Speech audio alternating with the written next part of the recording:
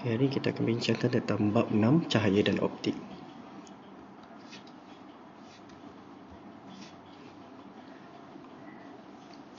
Pertama adalah 6.1 pembiasan cahaya.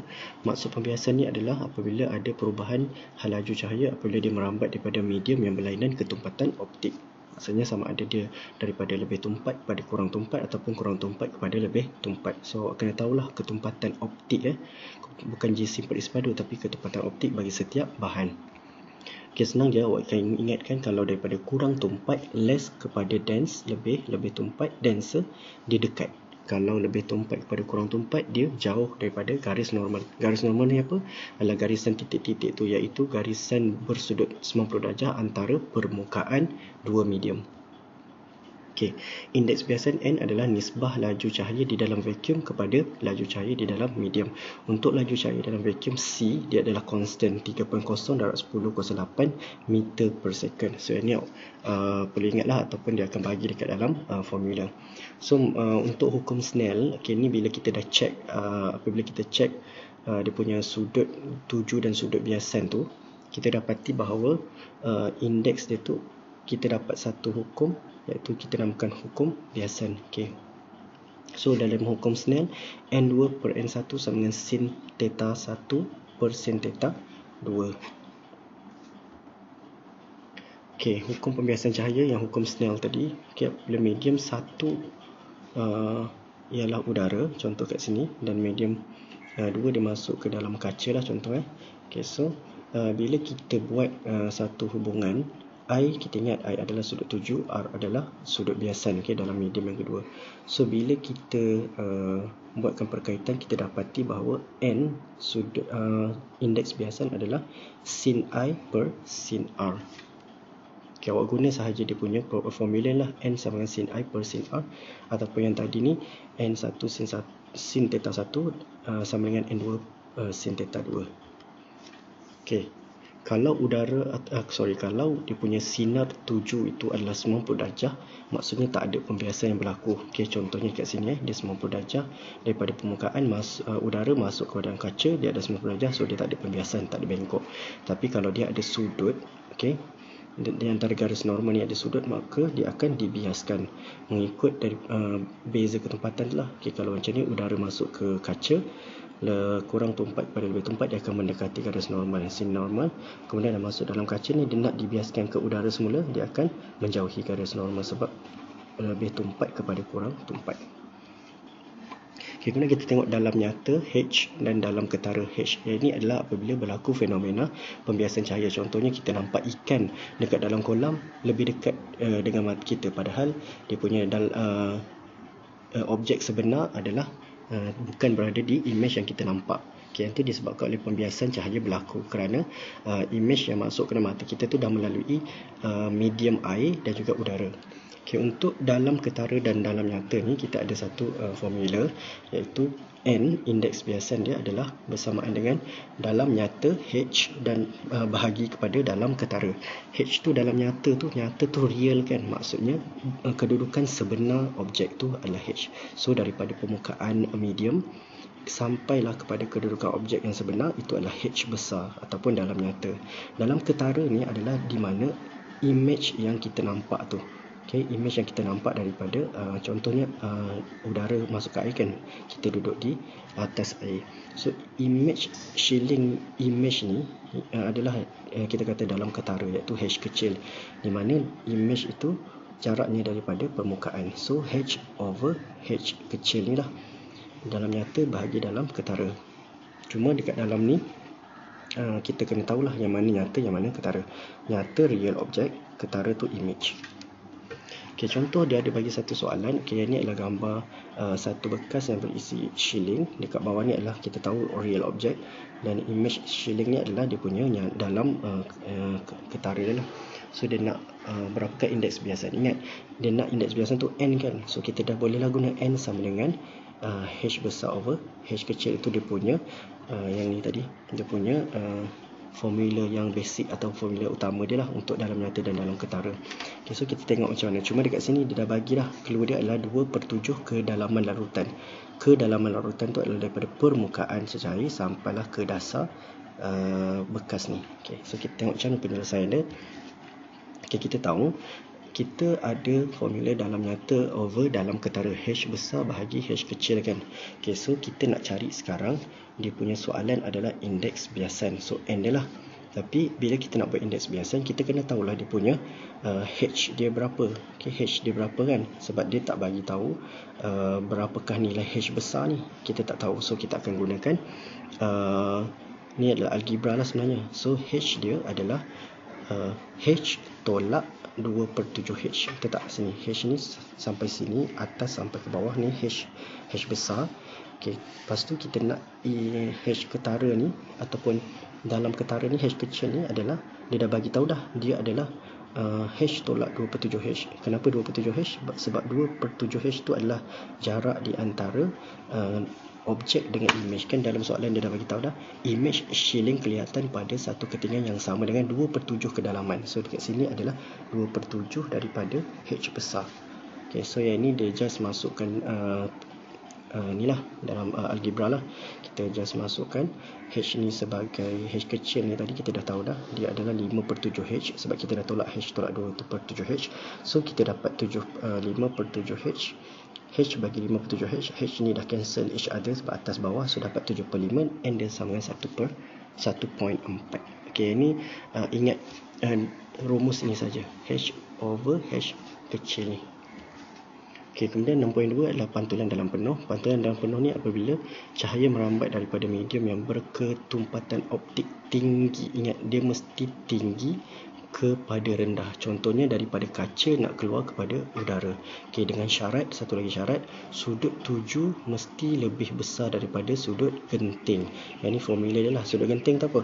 Sudut genting tu adalah sudut tuju dalam medium yang berketumpatan optik tinggi. Maksudnya contoh dalam kaca tadi, apabila sudut biasan dalam medium yang berketumpatan rendah tu adalah sama dengan 90 darjah. So bila sudut biasan dia tu sama dengan 90 darjah, itu adalah sudut genting. Jadi pantulan dalam penuh ni berlaku bila mana bila keadaan apa? Okey, bila keadaannya sudut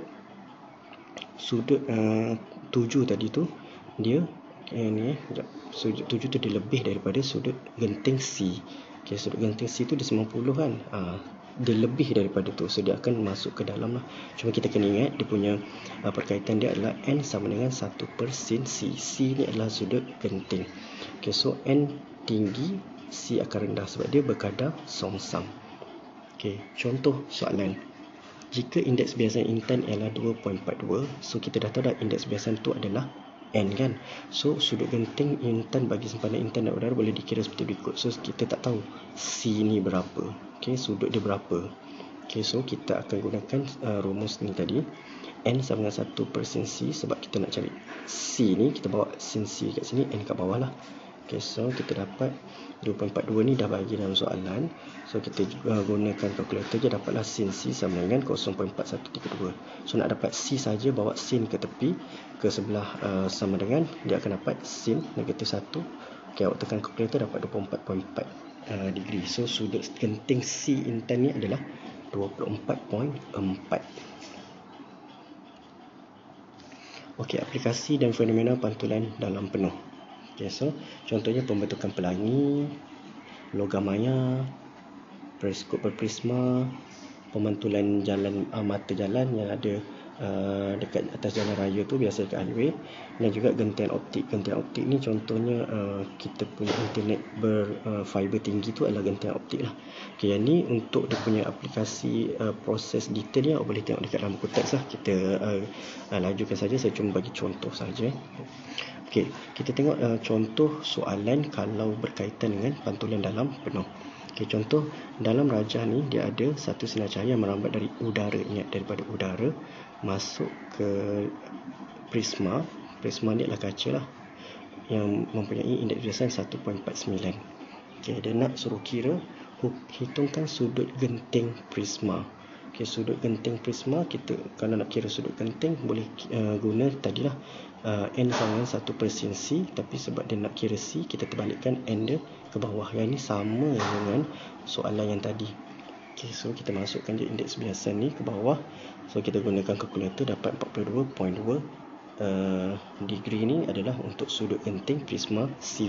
Ingat, pantulan dalam penuh tu dia akan berlaku kalau daripada ketupan titik ke pantulan rendah. So yang ni dia just nak cari C sajalah, sudut genting dia, sebab dia nak tengok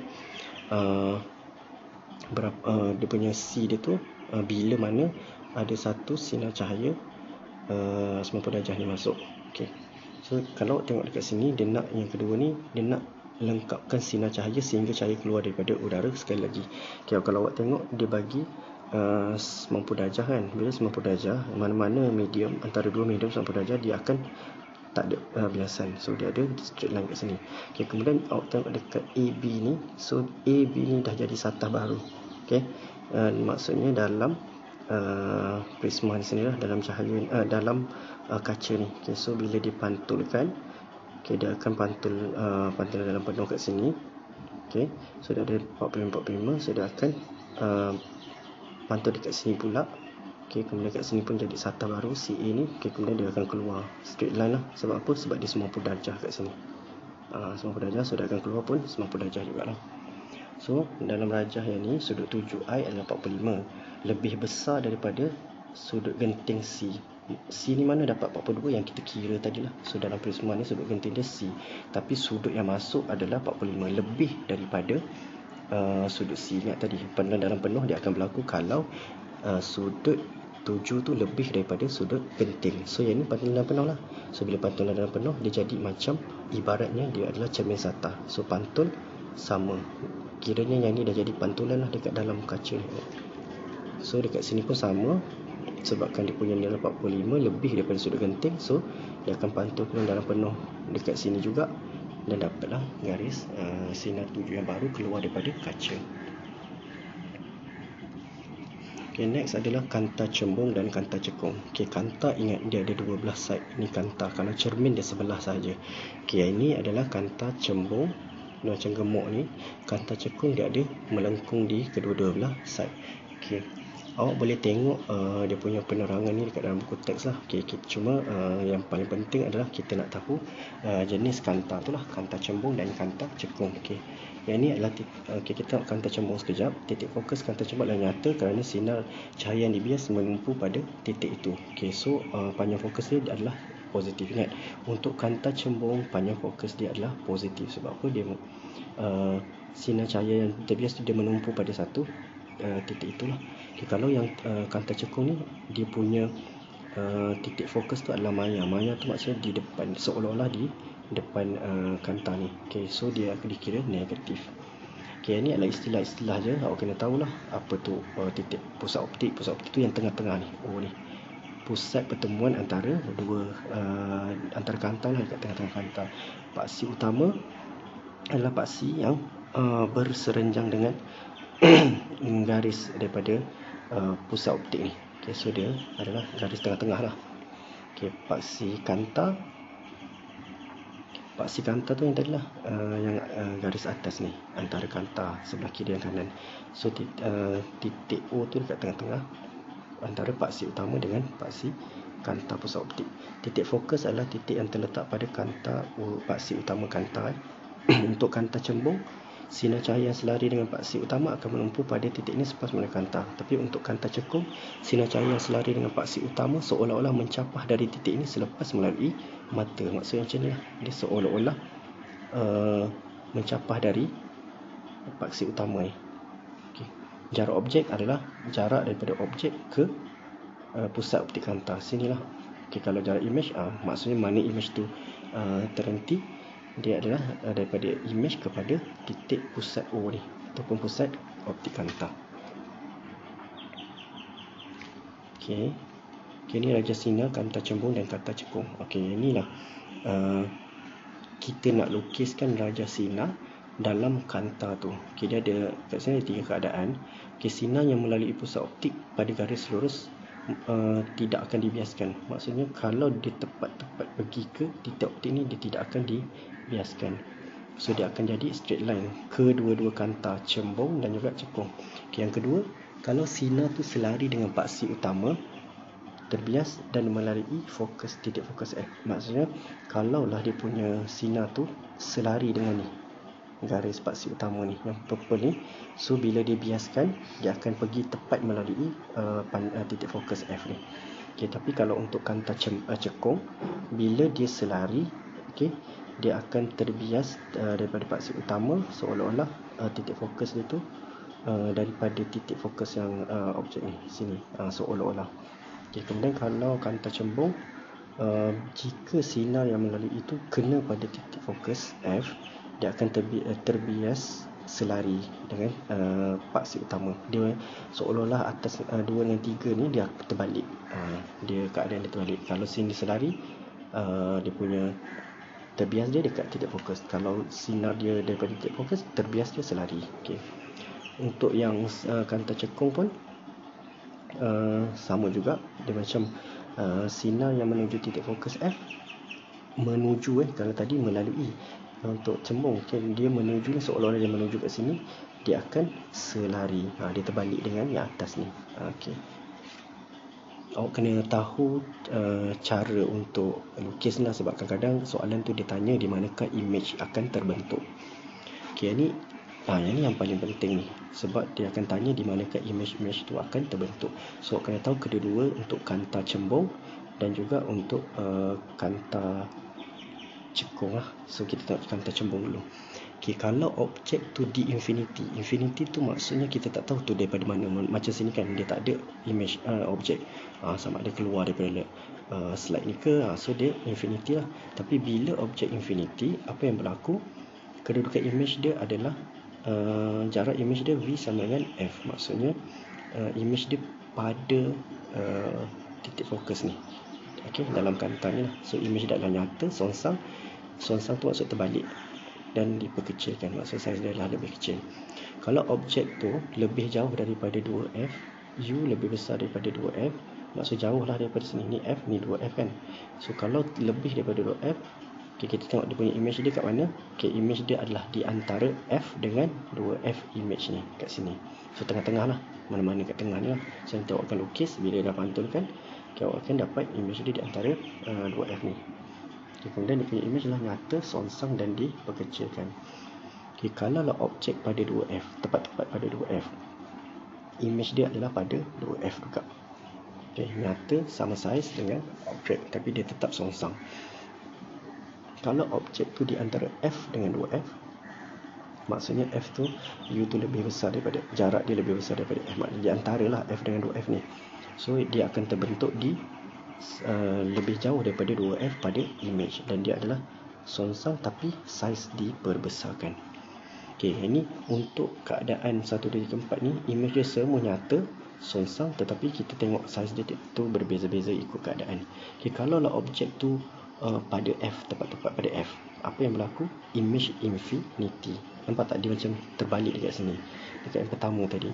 Okay, tapi untuk yang ni, dia punya image dah jadi maya, tegak dan diperbesarkan.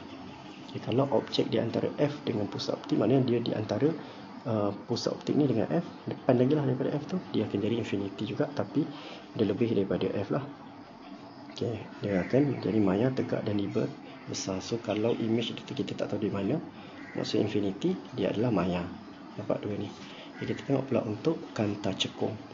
Okay, untuk kanta cekung kita tengok dua keadaan, iaitu bila objek tu lebih jauh daripada 2F, okay, dia akan ada image tu di antara pusat optik dengan titik fokus. Dia dekat depan F. Okay, so dia ni adalah maya, tegak dan diperkecil, sebab dia bukan berada di sini. Sini, kalau kat sini kita panggil dia sebagai nyata lah. Okay, kemudian kalau objek tu di antara F dengan pusat optik di tengah-tengah, tadi dia luar daripada 2F kan, so dia punya image adalah di antara pusat optik dengan titik fokus. Okay, dia sama dengan kat sini. Nampak dia dekat antara F dengan ni, sama atas ni, cuma dia tu adalah diperkecilkan. Okay, kita tengoklah dia punya garis sinar tu lah. Kita tengok dia punya garis sinar, kita tengok dia punya image yang terbentuk tu. Okay. Okay, ini adalah pembesaran linear. Pembesaran linear ni adalah apabila image tu adalah lebih besar daripada objek. Okay, biasanya dia berlaku dalam kanta cembung. Okay, dia punya rumus adalah HI over HO. HI ni adalah ketinggian image. Okay, ketinggian image ni bahagikan dengan ketinggian objek. Dia ibaratnya nisbah lah. Nisbah saiz antara image dengan objek. Sebab kita tahu image tu dah diperbesarkan lah. Okay, kemudian bila kita buatkan dia punya perkaitan dia, bila kita tahu rupanya jarak image V dengan jarak objek ni adalah sama juga dengan dia punya nisbah antara image dengan objek ni lah. So kita boleh masukkan juga pembesaran ni sama ada ketinggian image per dengan ketinggian objek, ataupun jarak image per dengan jarak objek. So dia ada dua lah. So boleh buatkan perkaitan kat sini. Okay, ini adalah formula kanta nipis. Formula kanta nipis adalah hubungan antara jarak objek dengan jarak image dan juga panjang fokus bagi kanta. 1/f sama 1/u tambah 1/v. So dia punya formula ni awak boleh gunakan untuk pengiraan sama ada nak tanya panjang fokus ke ataupun jarak. Ya, u ni adalah jarak objek ataupun jarak image lah. Boleh ubah-ubah kedudukan ni ikut yang mana yang awak nak. Cuma kena ingatlah, kita bergantung kepada jenis kanta sebab dia ada tanda positif dengan negatif. Kalau untuk kanta cembung atau kanta penumpu, dia adalah positif untuk F dia.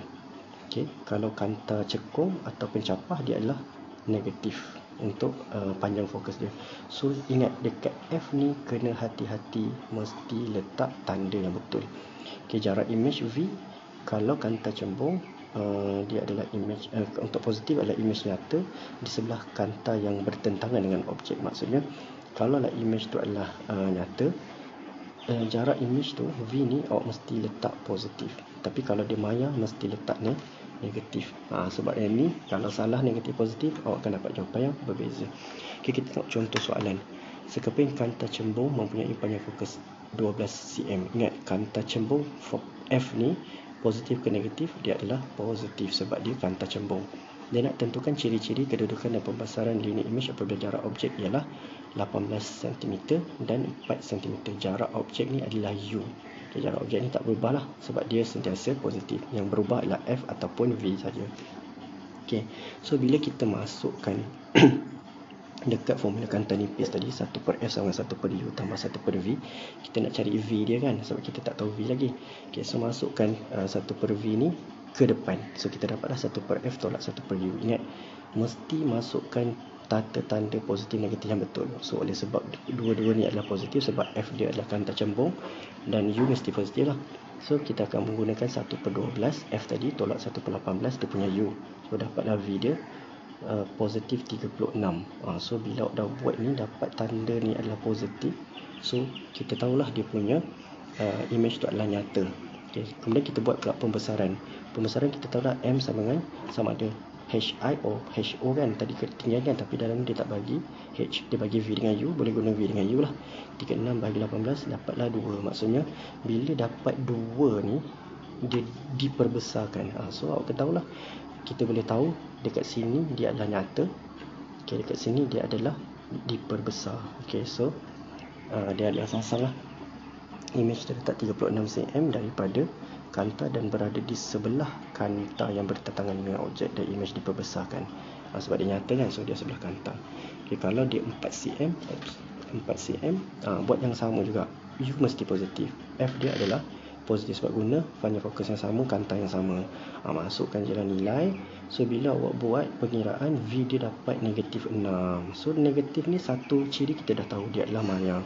Bila buat diperbesarkan pula, dia adalah 1.5 positif kan. So dia adalah diperbesarkan lah.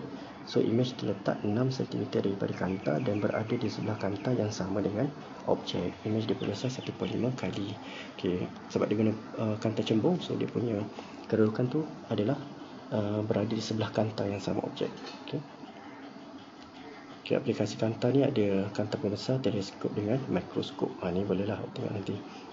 Okay, ini adalah aplikasi atau penggunaan kanta untuk alat-alat optik.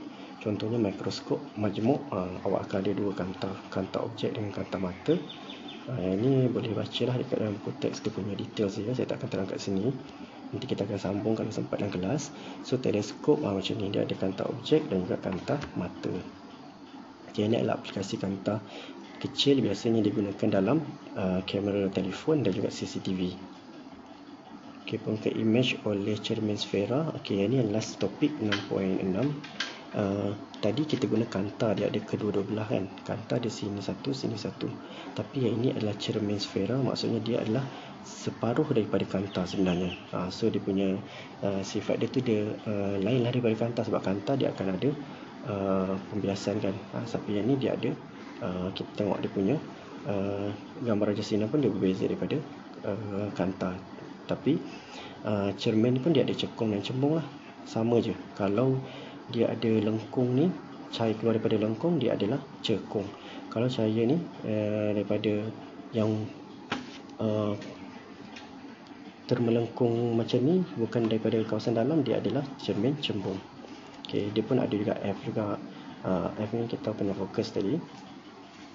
Okey, kita akan tengok ni paksi utama. Ni garis lurus tadi lah, pusat kelengkungan C.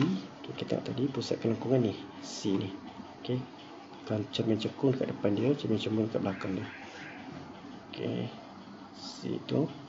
Kemudian ada jejari kelengkungan cermin, jarak di antara kutub cermin sfera P dengan pusat kelengkungan. Ini tadi ni. Okey, jejari kelengkungan ni R ni. Jarak antara P dengan sini. Ni R. Okey, ni R. Kemudian titik fokus kita tahu lah antara paksi utama cermin sfera. Untuk cermin cekung, sinar cahaya yang selari dengan paksi utama akan tertumpu pada titik ini. Untuk cermin cembung, sinar cahaya yang selari dengan paksi utama seolah-olah tercapah dari titik ini. Kita tengok yang ni tadi, seolah-olah tercapah kan kalau cermin cembung. Kalau yang ni dia melalui cermin cekung, dia melalui titik F. Okey, jarak objek, jarak dari objek ke kutub cermin sfera P, objek ke P. Kalau image, image kepada P. Okey, panjang fokus, jarak antara F dengan P. So kat sini dia punya kalau tadi kita paksi dia O kan, so yang ni adalah P lah untuk pada cermin tu. Okey, ini adalah panduan melukis raja sinar cermin sfera. Okey, kalau cermin cekung kita startkan dengan sinar cahaya melalui C dipantulkan balik mengikut lintasan asal. Okey, melalui C dia akan dipantulkan balik mengikut lintasan asal, maksudnya dia tak ada pantulan tempat lain lah. Kemudian sinar cahaya yang selari dengan paksi utama dipantulkan melalui titik fokus F. Okey, kalau selari dia akan terpantul pada F. Okey, kalau yang ketiga pula untuk cermin cekung, sinar cahaya melalui F dia akan terpantulkan selari. Sebenarnya dia lebih kurang dengan kanta tadi juga sebenarnya kalau perasan. Okey, kemudian kalau cermin cembung, sinar cahaya melalui C dipantulkan balik ikut asal lah. Ni sama lah dengan tadi, dipantulkan balik ke asal. Okey, cuma C dia kan kat dalam sini kan, so dia seolah-olah capah ni lah. Okey, kalau yang dua, kalau dia adalah selari dengan paksi, maksudnya dia punya sinar ni masuk ke sini. Okey, dia akan dipantulkan seolah-olah daripada F kat dalam ni. Dia ada titik-titik ni, maksudnya seolah-olah lah. Okey, so dia akan senang lah maksud buat ni selari. Lepas tu akan tarik daripada F ni ke titik sini, gariskan dia dapat dia punya sinar cahaya. Okey, kemudian yang ketiga pula, kalau menuju ke F, maksud daripada atas ni seolah-olah dia nak masuk ke F, sama, dia akan jadi selari dia terbalik dengan ni. Dia lebih kurang ya. Okey, ini info jejari kelengkungan cermin R adalah 2 kali ganda panjang fokus cermin sfera. Maksudnya R sama dengan 2F. Ini penting juga ni, sebab kadang-kadang dia guna R, kadang-kadang kita tak tahu F dia berapa, kita boleh je buat R sama dengan 2F. So daripada R ni bahagi je 2 dapat F. Okay, ini adalah kedua image dan ciri-ciri image yang dibentuk oleh cermin cekung ya. Kita tengah bincang cermin, bukan kanta. Okay, kalau ini cekung, kalau objek di infinity, okay, contoh objek kat sini, jarak image dia V sama dengan F. Maksudnya V dia adalah pada ini panjang fokus dia lah di hadapan cermin. Nyata songsang diperkecil. Kalau di hadapan cermin, atau kat sini, dia adalah nyata songsang diperkecil. Kecuali yang kat sini lah, objek pada C. Okay, kita tengok satu-satu. Objek lebih jauh daripada C, maksudnya objek ni dikeluar kat C ni lah. So jarak image dia adalah di antara ni dekat panjang fokus dia ni, dia ada di hadapan cermin. Di antara ni lah, jarak image dia adalah V lebih besar daripada F kurang daripada 2F. Kat sini ini dia punya image dia. Nyata songsang diperkecilkan. Kalau objek betul-betul pada C, okey, ataupun U dia adalah pada 2F objek dia. So image dia adalah sama juga dekat 2F tetapi dia terbalik. Okay? Dan dia sama saiz, cuma dia terbalik. Kalau objek di antara F dengan C, jarak image dia adalah lebih daripada 2F. So maksud dia dekat sini lah. Okay. Dia berada di belakang pula, nyata, songsang dan diperbesarkan. Okay, kalau objek pada F, betul-betul atas F, image dia infinity, di belakang cermin. Okay, kalau infinity, image adalah maya. Okay, dia tegak dan diperbesarkan. Kalau objek di antara F dengan P, maksud di depan, di depan ni, okay, di antara F dengan D di depan, so dia punya image dia adalah di belakang cermin. V itu lebih besar daripada U. Kalau belakang cermin, dia adalah maya, tegak dan diperbesar. Kalau tengok cermin cembung, objek lebih jauh daripada F, okay, di belakang F, okay, jarak dia adalah di belakang cermin, iaitu kurang daripada F. Dia di tengah-tengah antara F dengan P ni. Okay, dia punya ni oleh sebab di belakang cermin maya, tapi dia tegak, saiz dia kecil. Kalau objek di antara F dengan P, okay, objek dia antara F dengan P, okay, kat sini, so dia punya jarak dia adalah kurang daripada F, sama dengan atas ni, di belakang cermin juga maya, tegak dan diperkecilkan. Okay, ni awak kena tengok, boleh tengok contoh details. Awak boleh tengok dekat dia punya gambaran jasmani, dia senang je sebab dia punya tu dia ada pattern. So senang nak ingat sebenarnya, dan awak kena tahu lukis lah. Okay, aplikasi dia kalau cekung ni, sebab dia punya aplikasi dia tu kita nak tengok pada alat-alat yang kita guna harian lah. Okay, cermin, contohnya cermin solid. Okay, cermin cekung digunakan sebagai contoh untuk image yang diperbesarkan. Okay, untuk clue dia, kalau kita nak tahu cermin cekung ni, aplikasi dia adalah dia membesarkan image. So kalau cermin tu bila kita guna, image kita lagi besar, itu adalah cermin cekung. Contohnya untuk dentist ni dia guna untuk tengok gigi lebih besar, dan juga pemantul dalam lampu hadapan kereta, dia berbentuk parabola cekung supaya dia akan dapat mengekalkan cahaya pada jarak yang jauh, terutama pada waktu malam. Okay, kalau cermin ini adalah cermin cembung sebenarnya. Okay, kalau cekung baru, yang tadi cermin cekung, okay, yang ni yang salah. Ni adalah cermin cembung, salah tajuk cembung. Okay, cermin cembung ni dia nak image yang lebih luas. Okay, dia punya image dia lebih luas. Contohnya cermin keselamatan ataupun cermin dekat market ni, nak tengok keseluruhan kawasan, dan juga cermin pandang belakang kenderaan, sebab dia nakkan luas. So clue dia adalah cembung luas. Ni salah, ni salah typing. Cembung luas, kalau cekung image diperbesarkan. Okay, itu sahaja. Terima kasih.